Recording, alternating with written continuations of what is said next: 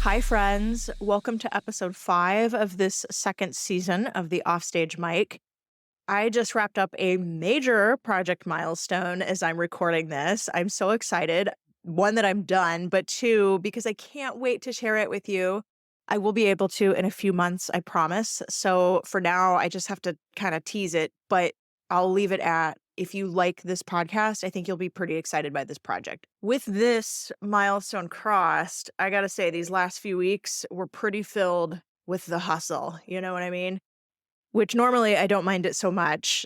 This time I caught a cold, which I've been fighting all week, and I've been putting off doing this recording. So I don't know if that's doing anything to my audio right now, but it was go time. So here I am, and we carry on, right? So normally I don't mind the hustle so much. Work hard, play hard is normally my MO. Some call it work-life balance, but more and more I believe in work-life integration. For me, at least, I can speak for myself. And I guess what I mean by that is just really embracing the benefits of remote work, flexible work, knowing, appreciating, acknowledging that there are ebbs and flows. I think that's why I don't mind the hustle, because I know that there's some times that it really is pedal to the metal in our work. And then there are times where we get to take a beat. And then sometimes life makes you take a beat, like when you get a cold and you can't go as fast as you want in a given week. So I try more and more to carve out time for those breaks too. Really make myself take a break sometimes, go out of town, block off time on the calendar if I have to. So, anyways, just sharing a little bit about how I try to be intentional on that. I am not the best example, but always working on it. Progress, not perfection, right? All right, on to today's agenda. People ask me all the time, Aubrey, what organization is doing things right? If you have followed me for almost any amount of time, you know I am known for championing doing business differently in the arts than how it's always been done. And so the honest answer to that question of what organization is doing things right is that in an industry that can be very entrenched, can be slow to adapt, the answer is I didn't always have an answer to that question. Until, big giant asterisk caveat here, until I discovered the organization that we are hearing from today and their leader who we're hearing from today. That leader is Zanetta Drew. The company is Dallas Black Dance Theater. And the topic we're talking about is alternate revenue streams. I think pretty much every organization I come into contact with these days wants new revenue, alternate revenue, additional revenue streams, right? And Zanetta Drew and Dallas Black Dance Theater really are a case study to behold, in my opinion, a case study to learn from and to emulate. So, in terms of how the narrative is changing here, this question really came to the forefront during the pandemic when we could not make money the way we always had. In other words, ticket sales from our live in-person performances were not an option for us. So this question of how do we produce alternate revenue streams came to the fore. I first came across Zanetta Drew during pandemic lockdown. There was a Wallace Foundation article that she had authored called "Can the Pandemic Be a Catalyst for a New Global Arts Ecology?" And I remember this showed up in my feed one day. This was maybe probably late 2020 in lockdown. And she talked about these themes of let's not waste this crisis. Let's use the pandemic as an opportunity. Yes, this is hard, but how do we leverage the disruption? Again, not waste the crisis. And so that was the theme. Could the pandemic be a catalyst for a new global arts ecology? And I was just so drawn to her thinking on that. I had been doing a lot of talks on that theme myself during that time. And I think she just framed it so well. And it was just really like a beacon of light that I realized there is somebody else out there wanting to leverage this difficult moment in time, not rest on their laurels, and catapulting their organization forward because of it. And she believed this could be true for the entire industry. It was just this moment of, Aubrey, you're not crazy. I'm not crazy. I'm not alone. But I have to say, her work is not just about during the pandemic. A year and a half later, fast forward, I heard her speak on a panel. At this point, this was in person. Conferences had just barely started again. And I remember I got out the laptop and started taking notes. I just was so struck and was like hanging on every word and just had this moment of, Aubrey, you need to be writing this down. So if you like making money, get out the pen, get out the laptop, whatever your note-taking vehicle of choice is, because I'm telling you, I just think she has so much wisdom to share. And everything she says is not just about the pandemic. Here we are, years later now, and she's crushing it. I don't know how else to say it. I think they really are still a case study to behold and emulate. So get ready to take notes. We'll pick it up with Zanetta in just a minute. Hey everyone, I'm Aubrey Bergauer, and welcome to my podcast. If we haven't met, I'm known in the arts world for being customer-centric, data-obsessed, and for growing revenue. The arts are my vehicle to make the change I want to see in this world, like creating places of belonging, pursuing gender and racial equality, developing high-performing teams and leaders, and leveraging technology to elevate our work. In this season, I'm bringing you conversations with some of my favorite experts from both inside and outside the arts, all to help build the vibrant future we know is possible for our institutions and for ourselves as offstage administrators and leaders. You're listening to The Offstage Mic. If you listen to this podcast regularly, you've heard me talk about how education programs present a huge opportunity to drive revenue for your organization. Whether you have an education program or offering that's already monetized or are interested in starting one, I'm excited to introduce you to CourseStorm. CourseStorm takes care of managing class registrations, collecting payments, and promoting your classes. It includes simple registration forms, built-in payment processing, and automated marketing tools. It literally takes just minutes to set up a catalog. CourseStorm also seamlessly integrates with ticketing and donor management platforms like Patron Manager, as well as hundreds of others through Zapier. Join arts organizations already using CourseStorm, like the Chicago Youth Symphony Orchestra, Princeton Academy of Art, Miami Theater Center, and others. The best part, though, CourseStorm's pricing is designed for your success. You never get a bill from CourseStorm. You only get payouts. And there's no contract or minimum time using the service required. How amazing is that? Visit CourseStorm.com/Aubrey. That's CourseStorm.com/Aubrey and set up a sample catalog or request a demo. With class registration and everything else taken care of through CourseStorm, you can focus on what's important, helping your patrons grow as artists and performers through education.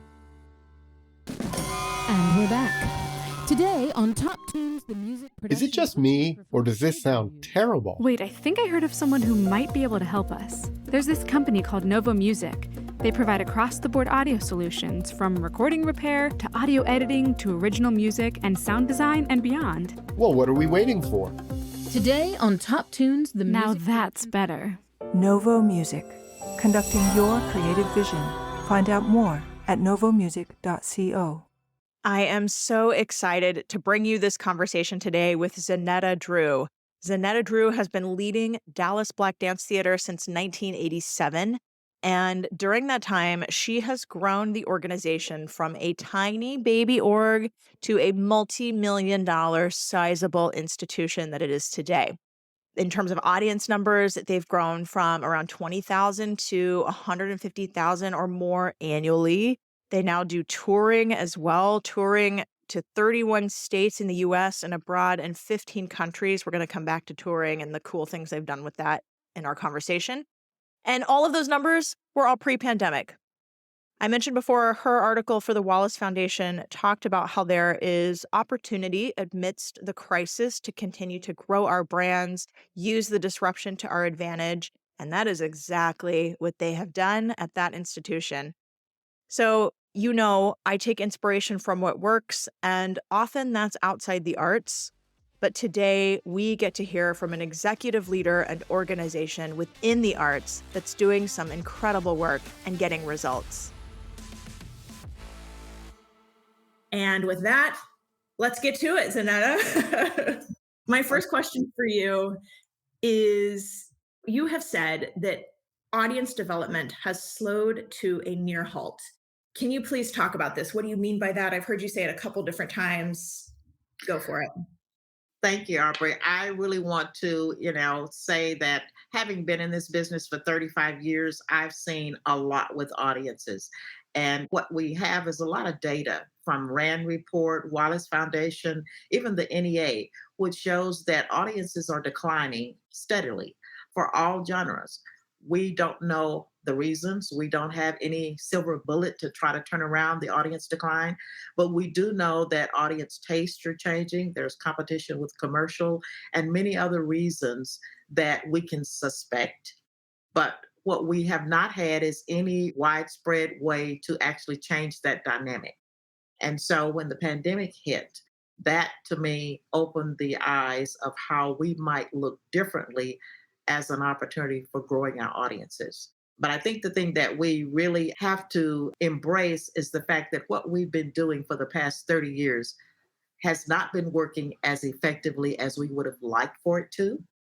And the decline will be to our detriment if we don't change directions at this point, having now suffered complete closures and now trying to redefine ourselves. You're speaking my language. I love it. So, in this series, different guests, we were talking about streaming. That was sort of our entrance into this topic of streaming and virtual content. And we were talking about using streaming not as a goal in and of itself, but as a way to drive engagement with our in person product. And during that session, it led to a discussion around streaming educational content in particular. And I do believe where it's hard to scale, lots of professional musicians and pay for that. Educational content is a little different in some ways in terms of paying for it, but I'm getting ahead of myself. My question in all of this, there are several questions, but you've done all of the above. Any kind of streaming content, educational, performance based, I mean, you've done it all. So, first question specifically on this is you spoke about not charging on use, but charging on access. Those were the words I wrote down that you had said. And can you explain what that means and how that played out at Dallas Black Dance Theater? Let me give you some background first about how Dallas Pike Dance Theater moved to virtual content. And we moved very quickly within a couple of days of closing and made the decision that we would only produce paid virtual content in all aspects of the business, from performances to tourings to student education programs to dance residencies. Everything that we did physically in person, we were going to mirror that with virtual content. And so the model that we came up with is we do charge for actual number of views in certain instances. But when you have large numbers of people that you're giving access to, for instance, school districts, corporations, at that point, we don't know how many people are actually going to view in the end result, but we are creating a level of access. And so, in doing our contracts with our artists and all of our royalty obligations, we realized that the greater opportunity was to charge for access for, say, 25,000 or more. If you want an example that we can talk about, one is the Dallas Independent School District. We partnered with them to offer student matinee programs. It was a groundbreaking partnership of which we offered our educational content to all 150,000 students, all grades, all schools, 230 schools. Had we been doing it in person, we'd have been able to do less than 5,000 students. We actually ended up with 62% of the 230 schools accessing the content and the virtual streaming. And we ended up with more than 25,000 students getting introduced to our programming just last month. So that particular model was built on access because we knew that when we opened the choreography up and all of the licensing, we had to have some quantity that we could verify. And so that model was built on access. I can tell you another one was we did AARP. We've done corporations and we've done individuals and corporations like Verizon. They've created an app for our February Black History Month programming, put it on our program on their app to sell our tickets virtually. 30 million plus persons. And so that was a different type of product offering simply because we would be paid by the number of views that people actually had a special code that they could come in and buy. When it comes to individuals that we sell to when we're just promoting the performances to our own patrons, we do sell it by the number of views. And we have pricing that is based on the product that we're offering. For instance, we didn't offer full performances, 2 hours of content. we offered 30 minutes. So it may be one work. Mm-hmm. And so that way we were able to price it very differently than if we did our espresso nutcracker, which was a full production. There is a variety of ways that you can build a financial model to be able to put your product out there, but you have to look at who you're offering it to. We've had hospitals who have come in and asked for product that they could actually have. And, here's the thing, Nutcracker in children's hospitals at Christmas. Unfortunately, there are going to be children there every Christmas. On the corporate partnership side, we had one company who came in and wanted to buy for their international customers. And so this was a way that they could buy virtual content, support our organization, and then have that product offering for their international customers. We have packaged it every way that we would have packaged in-person performances for revenue. And so when we look at that, touring, I'm going down the list here. Go, please. Yeah. We very early on found that performing arts centers did not have product because they brought in product to put on stage. And so they still needed to keep their patrons and their audiences. And so what we did is offered them content that they paid for, and then they streamed it to their audiences for whatever price or for free. But we got paid and we didn't have to tour. Now we can physically tour and have virtual touring going at the same time in cities that we will never travel to. So those are just some of the examples that we've been able to utilize. But when we want to summarize dollars, and I happen to be an accountant, so I love the money side by training. That's what I'm always looking for, is how can we fund the arts? We talk about arts have value, but most times we think giving it away is going to generate the resources we need. And so we're always looking at making sure that the artists are paid and how we can grow the earned revenue opportunities for the organization. Having done that, this first year, last year we did all virtual season, 19 productions. And we were able, as small as we are, to net over 6 figures after all expenses for virtual. Everybody who is saying we can't make money off of our virtual content netted 6 figures a full season. Would you say 16 or 18? 19. I'm sorry. That's what I mean, everybody. We should be taking notes. But what I wanted to say is that we are 6 months into our season already, and we've exceeded that into our new fiscal year. So what we see is this opportunity. We're back to in-person performances, but now we have this parallel revenue stream that is growing audiences. And I think the one thing that I have seen from many of my peers is a real concern about going back into the theaters when they opened up, and was this going to divert your local audience in person? What we found is it's actually grown it. And so we've got new persons who are showing up in the theater because they saw us virtually. And that was based on one of the theories that was put in that article about how sports has grown their audiences, starting with the Dallas Cowboys. And being a Texan, I have to plug my team. But I think the thing that we learned is that when you look at their history back in the 1960s, they moved to being the team that played every Thanksgiving except for 2. Nobody understood football in the 60s and early 70s, but as they used television as their digital means of expanding the product offering, suddenly you found that every community had a Little League team. Everybody, including all of the wives and young ladies, have learned the sport. We've learned the game. And you created all these new entrants into having interest in actually showing up in the stadium. So 20 years later, every team was building new stadiums. Why? Because they used the digital format to be able to grow exponentially the number of people who had access to the games, who could actually learn the game, and then have an interest when they were in a certain city to go to a stadium.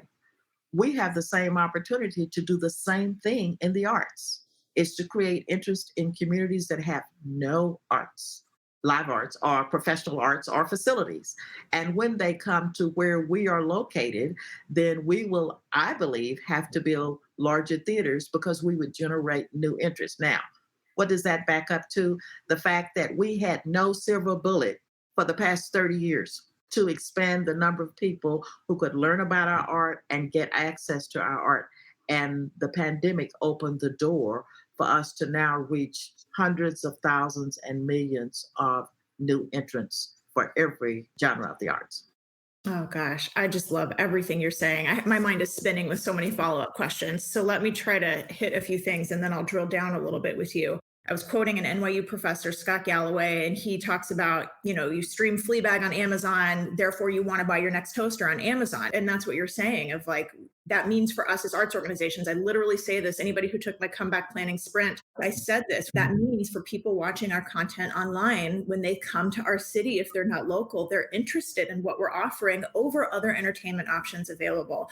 And if they're local, it means that they either enjoy us on the couch streaming at home, or when they get off the couch, then that is also a top of mind entertainment option. So I love everything you're saying. It's playing out in real time for you there.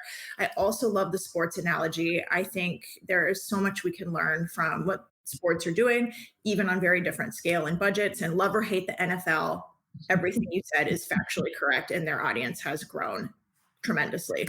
So oh my gosh, I just eat this up. Okay, so questions specifically. Going back to packaging all of this every which way that you all have done, this is very tactical, but are you saying to whether it's a corporate sponsor or the school district there, are you saying like for X thousands of views, it costs you Y dollars? Is that how you're packaging this? Right. So Okay. if you come and you would like to have access for your corporate employees, and you have 1,000 employees, and many employees are remote now. So those in-person things that the arts used to do to get money, those may not exist anymore. So at Mhm. this point, you don't know how many of your employees are actually going to view the product, but you want to make it available to all of them. So what I have is a sliding scale that goes all the way up to over 100,000, that if you want this level of access, then you pay this amount. And that is for corporations, that's for hospitals, that's for community I mean, any group at a certain number of views, that's the pricing. And then when you look at other types of pricing for corporations that are buying, say, for 500 employees, and they want to buy four different programs, which some of them have, and bought 100 tickets, and they just selected from the menu of our season and paid the full price individually, that we were charging anywhere from $25 to $55 per view. That's what they've done, because they looked at the programming and decided that's the content they wanted to offer to certain groups of employees.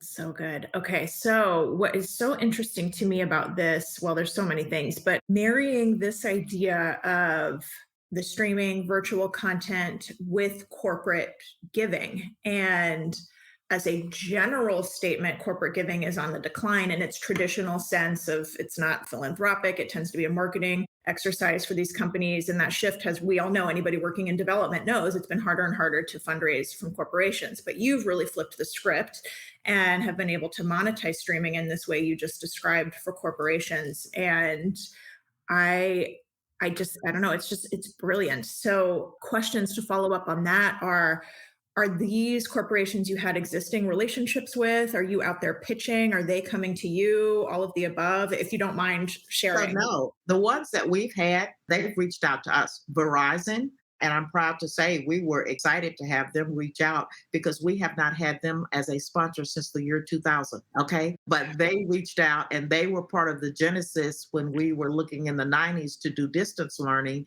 Their predecessor, GTE, had invested $700,000 in us doing the study of how we could expand our educational programming. So that was the platform that when the pandemic hit, we were ready to move to paid digital distribution.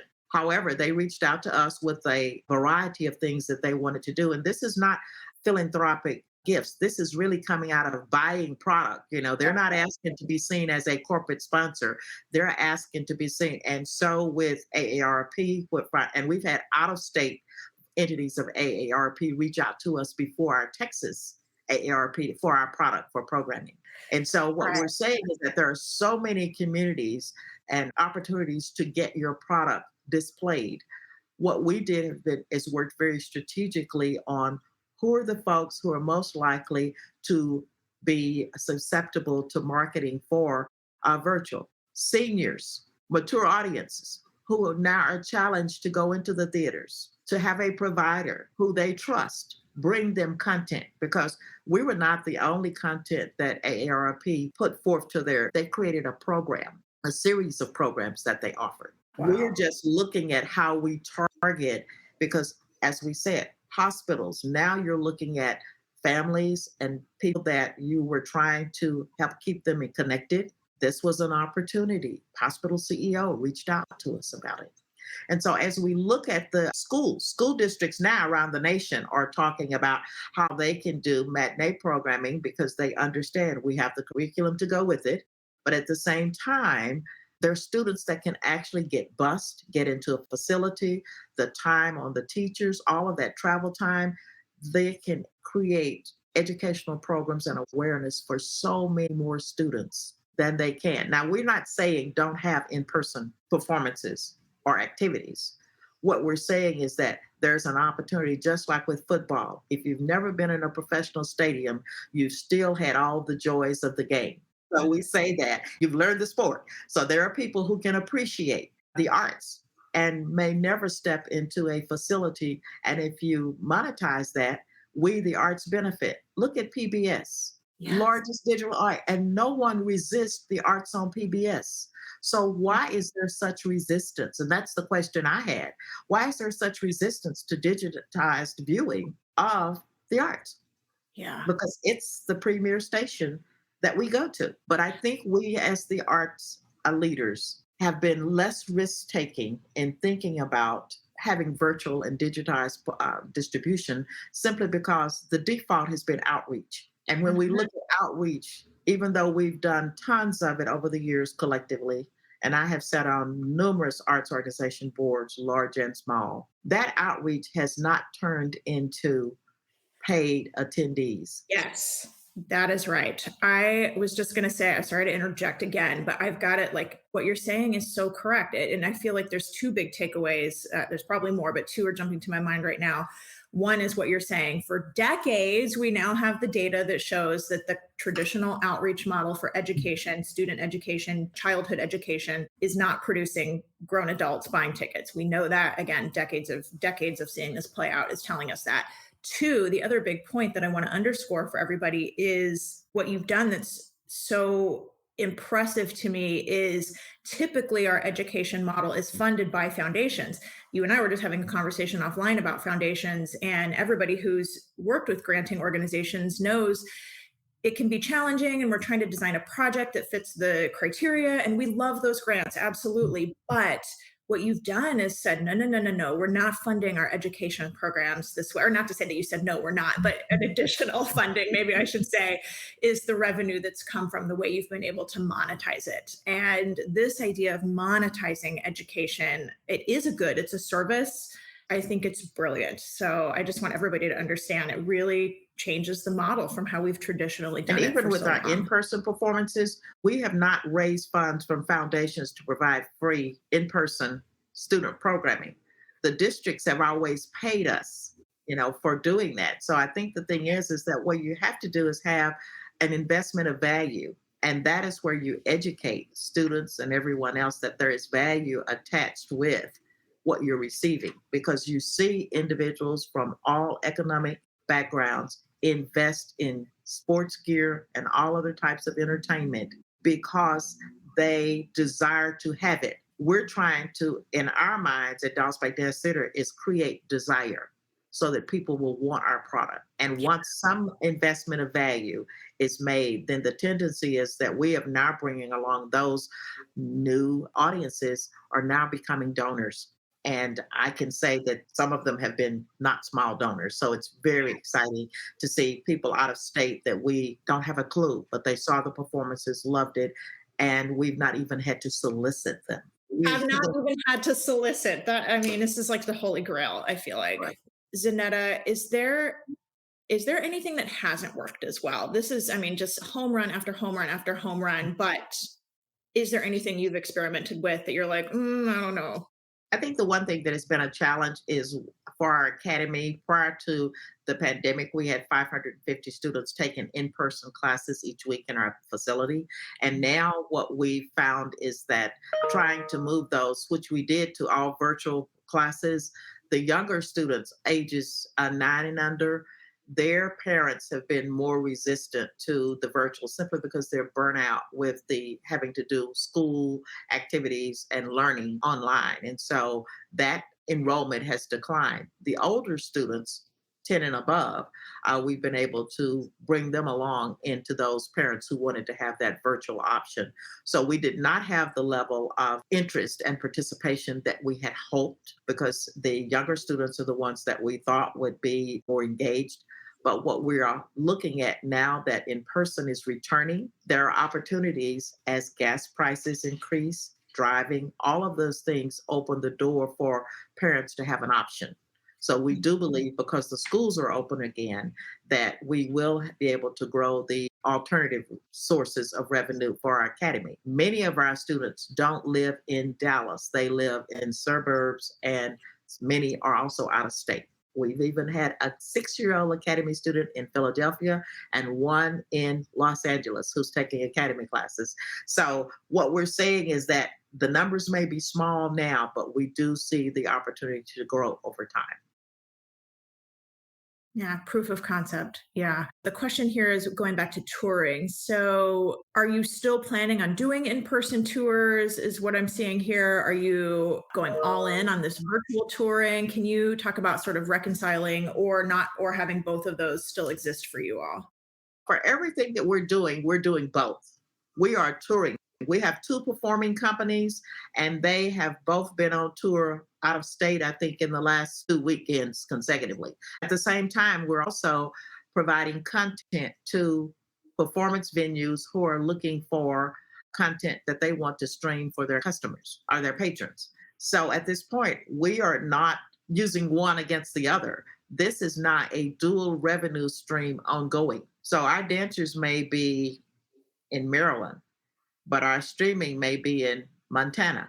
So the whole thing is that we don't have to physically go to places because now all of the venues have the technology capabilities. They're now comfortable with streaming. And so they're offering a variety of products to their patrons. And we're trying to make sure that we're in that mix. Got it. Okay. Last question because we're over time, but last question is you and I were talking about before the stream began systemic change. And I just want to give you the platform as we close out to talk more about that. Systemic change is so needed. That's my whole brand. That is clearly your whole brand. It's the theme of this whole series. So, with that prompt, please say more. Go.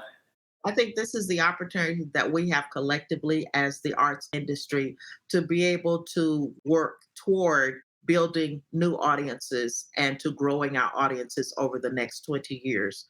I don't believe it's a short term fix, but I do believe that we can expand our diversity, equity, inclusion, and access initiatives at a lower cost by using the streaming and the virtual. We also can grow audiences not just in our local community, and we can grow audiences that we never suspected we would have.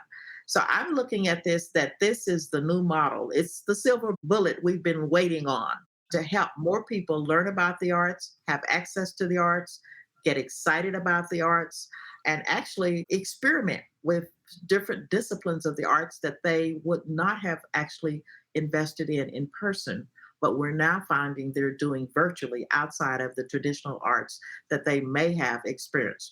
So, overall, I would like to think that in 20 years, we as an industry would have a stronger revenue stream and that we would have opportunities to have live concerts as well as every opportunity for every individual in this country to have an arts access on their device, whatever they choose. I think we owe it now to ourselves and to everyone because the arts are for everyone and we need to make it available and we can win. We can win. Wow. There is nothing more I can add to that. I want to say thank you. I love your positivity. I'm so grateful for the way you are doing it, doing these things that so many of us as an industry have talked about, and you're successfully executing this strategy. Everybody, Dallas Black Dance Theater is a case study in using online content and engagement as a strategy. We talked about strategy for access, strategy to drive in-person attendance, a strategy for touring. It's brilliant and it's lucrative. So one more time, if you like making money, then this is somebody we should be paying attention to. And with that, one more time, thank you, Zanetta. Have a wonderful day. Hey, Offstagers. One of the top things I hear from individuals all over, something people are increasingly wanting, is people who say, I want more connection with like-minded colleagues. If that resonates, I created a new community and you're invited to join. It's an online gathering place for arts and culture professionals wanting a different, stronger paradigm for the industry. It's a place for those not satisfied with the status quo for arts and culture, who believe there is a better way forward, and that the future of the field doesn't have to be all doom and gloom. It's a place of people trying to navigate the ins and outs of careers in the arts and want smart, growth mindset type people alongside them. It's a place called the Changing the Narrative community. I'm so excited by the folks who've already joined, and no matter your artistic discipline, geographic location, role, or years in the field, you are welcome and invited as well. Visit aubreybergauer.com/community. The narrative is changing, and I hope to see you there soon. That's all for today, folks. Thanks so much for listening, and keep up with more content like this by following me on LinkedIn or Instagram @AubreyBergauer. Definitely hit that follow button to subscribe to this podcast, and if you like what you heard here, will you consider leaving a review or rating? I'd be so grateful for your help and support in that. Thanks again. See you next time on the Offstage Mic. The Offstage Mic was produced by me, Aubrey Bergauer, and edited by Novo Music, a studio of all-women audio engineers and musicians. The narrative is changing for arts and culture, and I'm so glad you're here to be a part of it. This is a production of Changing the Narrative.